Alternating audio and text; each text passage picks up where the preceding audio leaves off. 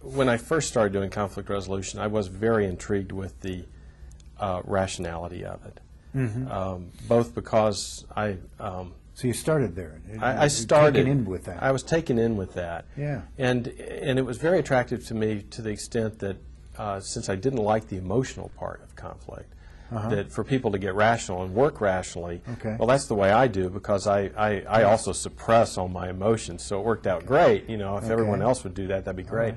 So my sense of you is right. I mean, yeah, at least in fact, initially. I used to train with a fellow in South Florida who came from a completely different culture and household than mine, and he would talk people into like fighting and screaming at each other and stuff right from the get-go. You know, a divorcing couple would come in and go, "Oh well, so what did he do that pissed you off?" and start baiting them, and they'd start yelling at each other. And after they got exhausted, he'd finally say, "Well, you think you're settled? You know, you've got it out enough to start talking now?" And he found that successful. And when I'd train, I'd say, "Look, you know, ground rule number 1: no emotions." And of course, I learned very quickly that that was a hard ground rule to enforce.